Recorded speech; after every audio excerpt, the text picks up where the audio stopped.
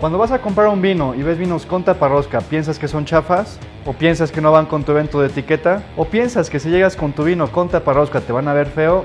Estás en el hoyo. Empecemos a platicar del corcho, alcornoque.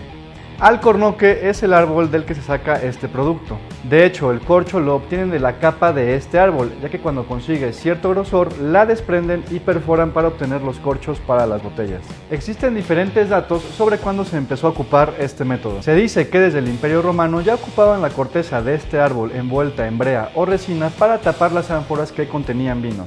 También cuenta la leyenda que uno de los primeros en ocupar este método fue el fraile Dom Periñón para conservar sus flamantes vinos espumosos, el champán.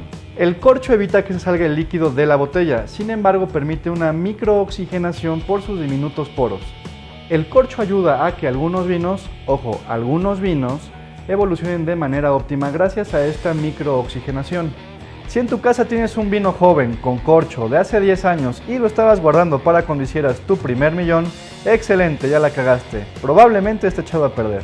Las botellas que manejan este tipo de tapones deben de conservarse de manera inclinada para que el vino entre en contacto con el corcho y este se dilata o expanda, y con esto conseguimos que quede bien sellada la botella. La principal desventaja de ocupar estos tapones es el famoso TCA o 2,4,6-tricloranisol. Este es un moho que se desarrolla en el corcho y es cuando el vino presenta estos aromas y sabores acorchados. Es el famoso vino acorchado. Como escuchaste, 2,4,6-tricloranisol o TCA. Oye, Rey, me llegan aromas a 2,4,6-tricloranisol, brother. Cámbiame la botella, güey. ¿Qué? ¿No sabes? Pues está corchado, güey, lo aprendí con Breaking Wine. Pero, señor, su vino fue de Tetra Pak. Obi papilor, nada más te andaba probando a ver si sabías.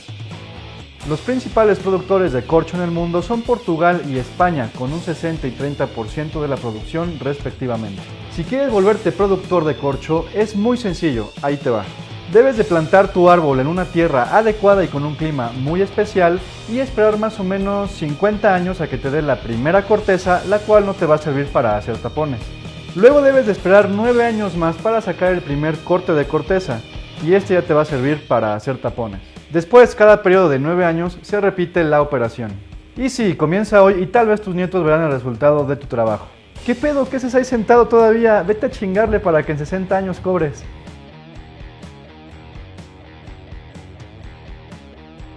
Los tapones sintéticos comienzan a aparecer en los años 90, principalmente en Estados Unidos y Australia. Las botellas que contienen este tipo de tapones no hay necesidad de inclinarlos para su guarda, ya que no corremos el riesgo de que estos se sequen.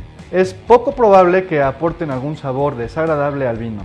Desde luego, otra ventaja que representa este tapón de silicona es el costo.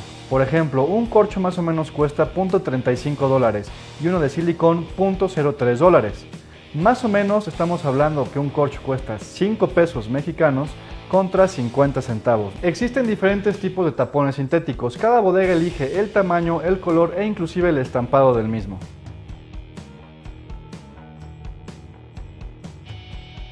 La tapa rosca es una cápsula de metal que se empuja sobre el cuello de la botella y para abrirla no necesitas más que girar el tapón. La tapa rosca está robando mercado a paso firme, ya que tiene muchas ventajas. Por ejemplo, es hermético y conserva muy bien los vinos jóvenes. Son tan económicos como los sintéticos. Permite guardar las botellas de manera vertical y también volver a cerrar la botella muy fácilmente. Y la principal, no necesitas un sacacorcho para abrir tu botella, y así no da pie a que la cagues como algunos lo han hecho. True story. Entonces, cuando alguien te diga, anda con tu vino de taparrosca, brother, si quieres te presto para otro, güey, neta, hay confianza, güey. Estás muy imbécil. Un estudio dice que las mujeres y jóvenes entre 18 y 34 años prefieren los vinos con taparrosca y en los últimos 8 años se ha duplicado la aceptación de los vinos con estos tapones. ¿Y quién dice eso, güey? Mi cuate Richard, CEO de One Intelligence, quien en su reporte dice: el punto de vista de los consumidores ha cambiado radicalmente en los últimos 8 años, sobre todo en un mercado escéptico y en algunos casos hostil a los tapones a rosca.